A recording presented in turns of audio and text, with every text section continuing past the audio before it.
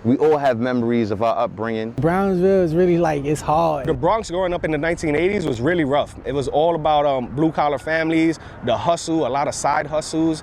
The jobs were just completely different. It was really, really rough. Drugs, shootouts, you know, you see different things every day of the week. Yeah, I grew up around a lot of people who struggled. For me personally, I lived in a one-bedroom, you feel me, with my 4 other siblings. Their families struggled. My mom's gave us the room. It was 4 of us in the room, and she kept the living room. The family dynamic may have been off. My relationship with my mom really wasn't the best. You know, I grew up raised by my grandparents. You might have had parents addicted to drugs, and then other parents or siblings selling drugs, and it put a real damper on a lot of our childhoods growing up there. My mom was very in the picture often, but that's not who I grew up in the household, who I went home and seen every day, you know. My mom's came by because it was my preference. I'd rather live with my grandmother. We happened to be that part of Long Island that really got hit bad. It was predominantly black community, Hempstead, Roosevelt.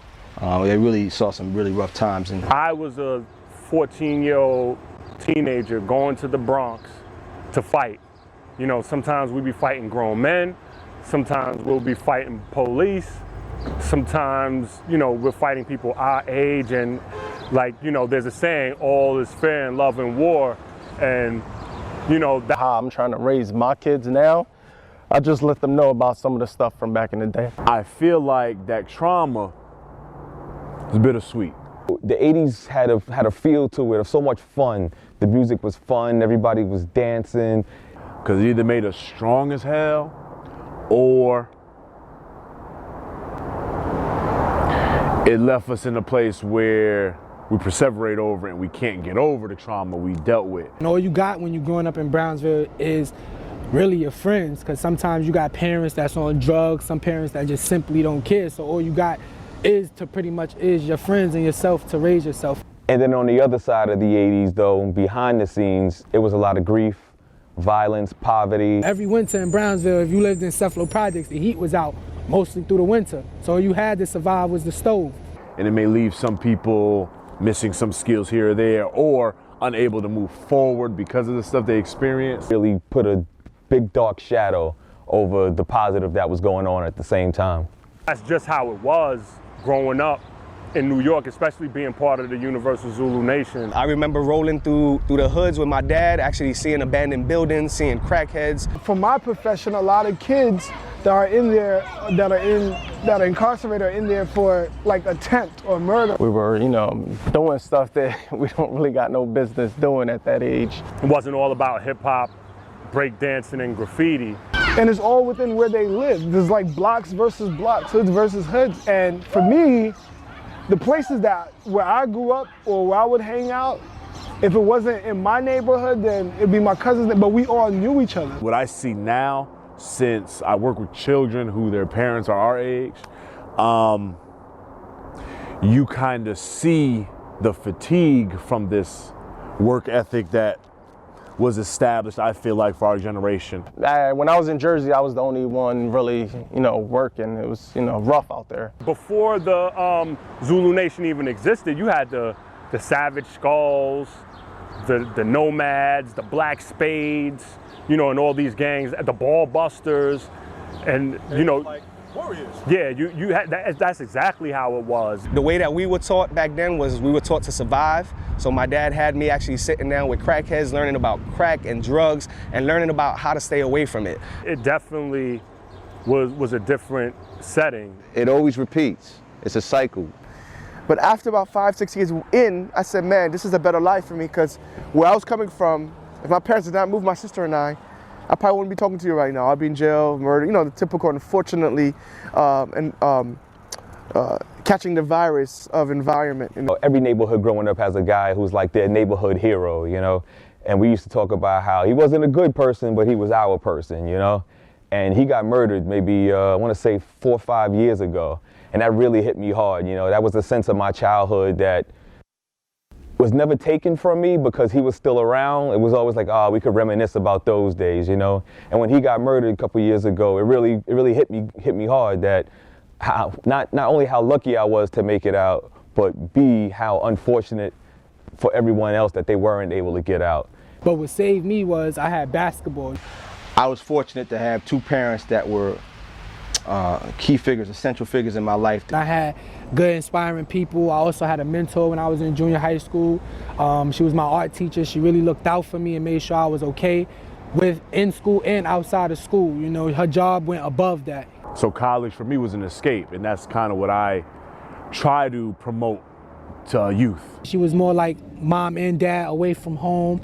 She protected me, also told me when I was doing wrong and when I should be doing right in certain situations. And she also, you know, was real sort of success in me that I didn't see back then. It's not college, just working and leaving, just seeing what the world has to offer.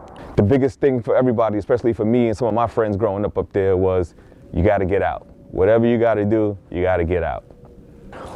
I'm a product of New Haven, but I never wanted to come back. I can keep it real. I never wanted to come back because I didn't see the promise here. Coming out here, it was just a better opportunity for us as far as her, you know, getting a better job and just trying to provide better for the kids that we got. You really can get a sense of, wow, what made me so lucky, or, you know, what about everybody else? What I try to do, especially with my profession, is get children involved and get the information out there about the various opportunities, not only in the city, but the opportunities for students to get out of the city. Sometimes when you grow up and you are fortunate enough to make it out, you know, everybody doesn't. People you love, people you care about, they still live there. And, you know, for years I've gone back, I visited, I still got friends who live there, families who live there, and, you know, you can get a sense of survivor's remorse. That right there taught me how to survive and how to be strong and how to look at the world in a different light. Like certain things to watch out for, certain ways you shouldn't move, certain things you just got to be cautious of. You know, even though nowadays it's a little different, you know, stuff can always, you never know how other people think. I oftentimes get a chance to reflect back on what the city provides or doesn't provide in terms of college options, opportunities, different programs that may come out of, you know, college departments sponsoring such programs for the youth. But it's also an issue of the same people they're trying to get into these programs being aware of it, or understanding how easy it is to access these opportunities. Even if we were struggling, we didn't know it as children, you know what I mean? You might look back on it and be like, okay, that's what that was, got it. And being able to move out to Long Island, I'm very fortunate, you know, worked really hard ever since I was in elementary school to even get to a place where I can have children grow up in a yard like this, where I saw grass one day a year growing up, and that was field day. But everything else was concrete jungle. The fatigue from this work ethic that was established, I feel like, for our generation, and constantly trying to work and make things happen and bounce back and be resilient. And I work with high school kids, so I see it now at this age when we're dealing with our children, where we're tired and we may need help, but because we're so used to just trying to get it done, we may not be able to ask for that help or know how to, without letting pride get in the way, access the resources we need for different things. But that mentality for work, man, I can't get away from that, because I look at the kids now and how a lot of them, some of them do want to work, but they don't know how to work. I had a lot of different mentors in school, but it still ain't the same like having your own blood biological father there. I want to take my kids to where I grew up, just so they see where daddy came from, and, you know, what daddy went through, and some of daddy's friends, and what other people, you know, who don't live so far from you have to deal with on a daily basis. You know, always hoping that I would, you know, be doing well enough to where I didn't live there anymore. And again, you know, my kids are a certain age, and I still got a few more years before I take them up there, but I'm definitely going to take them up there one day. The 80s, 90s, growing up in that time period, and of course, you know, we all grew up with different things going on in our households, but I feel like something that's prominent in us as a group of people is that work ethic. Like, we're not afraid of work. I don't consider our generation a lazy generation, but we're also adjusting too to all this new stuff. Out of all my brothers and sisters, I was the one that grew up without having a father. So me being a father myself is the most important thing right now in my life. Survivor's remorse. Once you hit that, I was like, oh, that's a good one. Oh yeah, nah, it's real, man. It hit me hard. I cried for days, man. John could be anything, really. John could be a girl that you're talking about. John could be something you're about to do. Yo, we're gonna hit the John up, or yo, let's go see what's good at this John.